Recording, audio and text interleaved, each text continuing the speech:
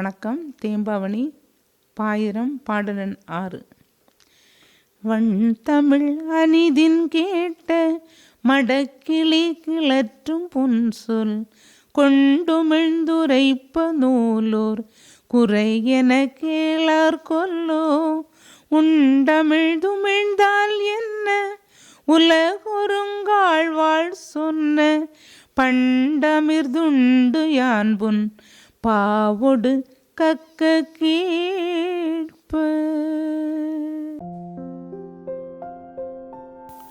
அன்பு நண்பர்களே வணக்கம். தேம்பாவணியில் பாயிரத்தில் அவை அடக்கத்தில் 6வது பாடலாக இந்த பாடலை பார்க்க இருக்கிறோம். இதுவும் ஒரு அவை அடக்க பாடல்தான். வண் தமிழ் இனிதிற் கேட்ட மடக்கிளி கிளக்கும் புன்சொல் கொண்டு உமிழ்ந்து உரைப்ப நூலோர் குறை என கேளார் கொல்லோ. உண்டு அமிழ்து உமிழ்ந்தால் என்ன உலகு ஒருங்கு ஆழ்வால் சொன்ன பண்டு அமிழ்து உண்டு யான் புன் பாவொடு கக்க கேட்பார்.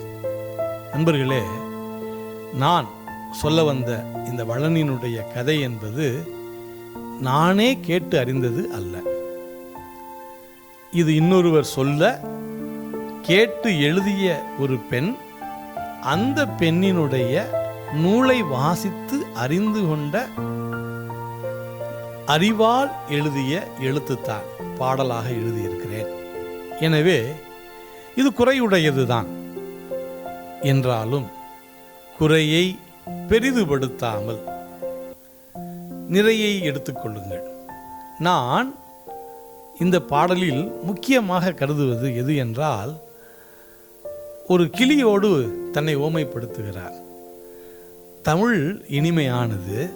அந்த தமிழை கேட்கக்கூடிய கிளி மீண்டும் சொன்னதை அப்படியே சொல்லும். இதுதான் மிக அழகானது.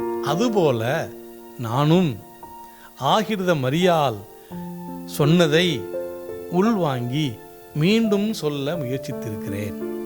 கிளி ஒரு சில நேரங்களில் சொன்னதை அப்படியே சொல்லிவிட முடியாது. ஏனென்றால் அதற்கும் ஒரு சில குறைகள் இருக்கிறது.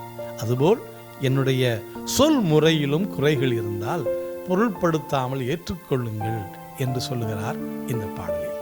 நன்றி.